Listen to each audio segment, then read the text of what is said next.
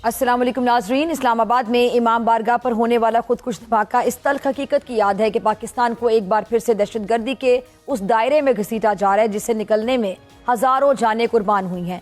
इस्लामाबाद में ये हमला एक ऐसे वक्त में हुआ जब हम पहले ही अंदरूनी सलामती, सियासी कशीदगी और सरहदी दबाव में घिरे हुए हैं। गुज़िश्ता बरस नवंबर में इस्लामाबाद कचहरी हमले के बाद वफाकी दारुल हुकूमत में ये दूसरा वाक़या पेश आया है। अब यहाँ सवाल ये उठता है कि ये दोबारा क्यों मुमकिन हुआ। 3 माह के दौरान इस्लामाबाद में 2 खुदकुश धमाके ये जाहिर करते हैं कि शायद वफाकी दारुल हुकूमत की सिक्योरिटी में ऐसे खला मौजूद हैं जिनका दहशतगर्द फ़ायदा उठाते हैं। रियासती वज़रा की जानिब से फौरी तौर पर अफगानिस्तान और भारत की जानिब उंगली उठाना एक फितरी और अमूमी रद्द अमल है, मगर ये बयानिया उस वक्त कमज़ोर पड़ जाता है जब हम ये तस्लीम करते हैं कि कुछ अपनी भी खामियाँ हैं जिन्हें वक्तन फ़वक्तन मुख्तलिफ जो रियासती मसलतें हैं उनके तहत नज़रअंदाज किया गया। दाइश, फितनतुल हिंदुस्तान या फिर फितनतुल खवारिज, ये सब नाम बदलते चेहरे हैं मगर नजरिया एक ही है, रियासती रिट को चैलेंज करना, अवाम में दहशत फैलाना और मुआशरे में फिरका वारियत की आग लगाना। और इस आग के ताने बाने हमेशा अफगानिस्तान और भारत से जा मिलते हैं। इस्लामाबाद में होने वाले खुदकुश धमाके में जो हमला आवर है उसकी तरबियत अफगानिस्तान में होने का बाकायदा इंकशाफ सामने आया। मालूमात के मुताबिक हमला आवर ने दहशतगर्दी की तरबियत अफगानिस्तान में हासिल की, मुतादिद बार अफगानिस्तान का सफ़र किया।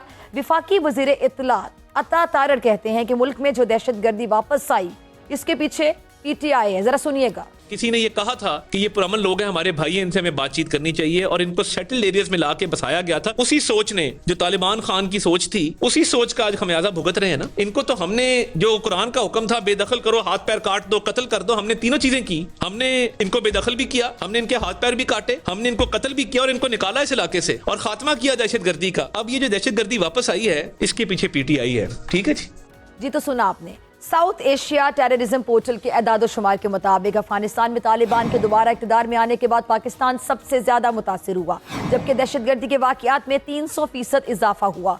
खैबर पख्तूनख्वा बिलखसूस अगर हम बात करें, तेरा बाजोड़ और फिर शिमाली वज़ीरिस्तान जैसे सरहदी इलाके एक बार फिर से आग में जल रहे हैं और भारत और इसराइल की खुफिया एजेंसियां दिन रात दहशतगर्दाना कार्रवाइयों में मसरूफ़ अमल है। तो कौमी सलामती का तकाजा भी ये है कि मुल्क में अमन सलामती कायम करने के लिए हम भी हंगामी बुनियादों पर काम करें।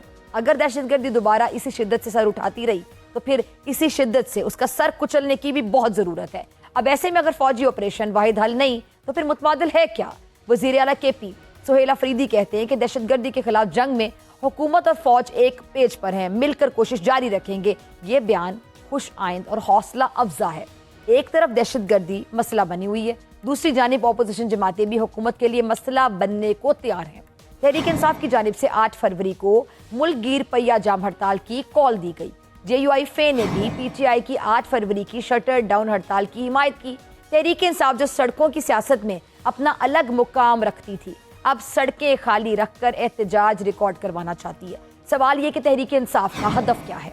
क्या PTI की सड़कें खाली रखने की हिकमत अमली कामयाब हो पाएगी? क्या इस तरह की कॉल से हुकूमत पर कुछ दबाव पड़ेगा या इस कॉल का मकसद सिर्फ हुकूमत को एक मैसेज, एक पैगाम देना है कि हम अब सियासी महाज गर्म कर सकते हैं और किसी भी टाइम पर हम ऐसा कर सकते हैं? मौजूदा वक्त जो है सियासत और रियासत उस मकाम पर खड़ी हुई है जहाँ पे गलत वक्त पर गलत तरजीह नुकसान का सबब बन सकती है। दूसरी जानिब हुकूमतों को भी शायद ये अब मेरे ख्याल से वक्त आ गया कि तय करना होगा कि वो दहशतगर्दी को महज बैरूनी साजिश कहकर टालेंगे और या फिर अपने अंदर जो मौजूद नज़ियाती नासूर है उसको जड़ से उखाड़ेंगे। क्योंकि सियासतदानों को समझना होगा कि सियासी जंगें उस वक्त नहीं लड़ी जाती जब मुल्क खुद जंग की हालत में होता है। खतरा तो हमेशा मौजूद रहता है, मगर क्या हम उस खतरे को संजीदगी से लेने के लिए तैयार हैं?